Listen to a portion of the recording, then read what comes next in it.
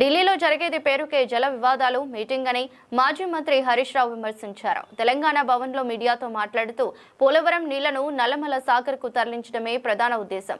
AP ప్రభుత్వం ఒత్తిడితోనే ఢిల్లీలో meeting పెట్టారు. కత్తి చంద్రబాబుది పొడుస్తున్నది రేవంత్ రెడ్డి. నల్లమల సాగర్ టెండర్లు పూర్తయ్యాక సుప్రీంకోర్టుకు వెళ్లారు. సుప్రీంకోర్టులో కేసు వేయమంటే చల్లని రిట్ వేసి వాపస్ తెచ్చుకున్నారని మండిపడ్డారు.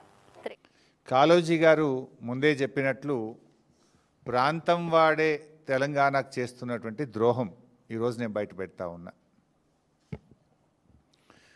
దేశ రాజధాని ఢిల్లీ కేంద్రంగా తెలంగాణకు జరగబోతున్నటువంటి ద్రోహాన్ని పసిగట్టి బయటపెట్టి దాన్ని నివారించేటువంటి ప్రయత్నం చేస్తూ ఉన్నాం.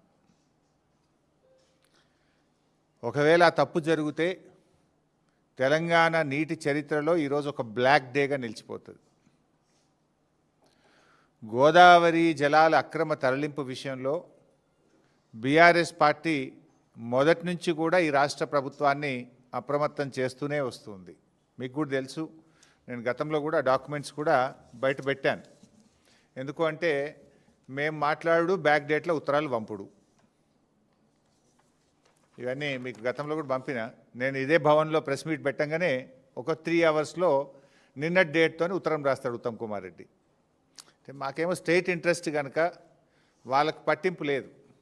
మేము పదే పదే ఆ విషయాలు బయట పెడుతూ రాష్ట్ర ప్రభుత్వాన్ని మేము అప్రమత్తం చేస్తుంటే ఇంకేదో ఫేస్ సేవింగ్ కోసం బ్యాక్ డేట్లు వేసి నా ప్రెస్ మీట్ అయినాక 5 గంటలకు 3 గంటలకో 4 గంటల తర్వాత ఇన్ని ప్రెస్ నోట్లు లెటర్లు కేంద్ర ప్రభుత్వానికి ఈ రాష్ట్రం రాసింది. డాక్యుమెంట్స్ కూడా అన్నీ నేను రిలీజ్ చేస్తున్నా. ఇకపోతే అంటే పరిస్థితి ఏమైందంటే మొద్దు నిద్రపోతుంది. ఈ ప్రభుత్వం కుంభకర్ణుడిలాగా నిద్రపోతూ ఉంది. ముళ్ళుగట్టబట్టి పొడిస్తే తప్ప ఈ ప్రభుత్వం నిద్రలేస్తలేదు.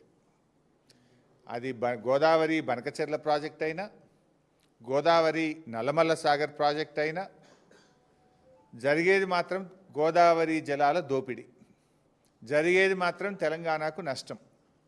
ప్రాజెక్టు పేరు మారింది తప్ప ఆంధ్రప్రదేశ్ జలదోపిడిని మాత్రం ఆపలేదు.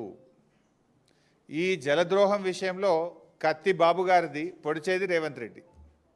వెనకట కేసీఆర్ గారు చెప్పేటోళ్ళు కత్తి ఆంధ్రోళ్ళది పొడిచేటోడు మనోడే ఉన్నాడు అన్నట్టు, ఇవాళ ఈ గోదావరి జలద్రోహం విషయంలో కత్తి బాబు గారిది పొడిచేటోడు రేవంత్ రెడ్డి గారు.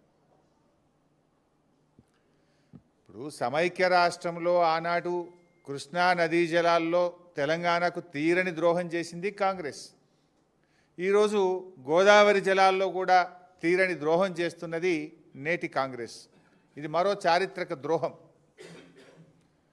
ఈరోజు ఢిల్లీలో జరగబోతున్నటువంటి సమావేశం అది తెలంగాణకు మరణ శాసనం లాంటిది.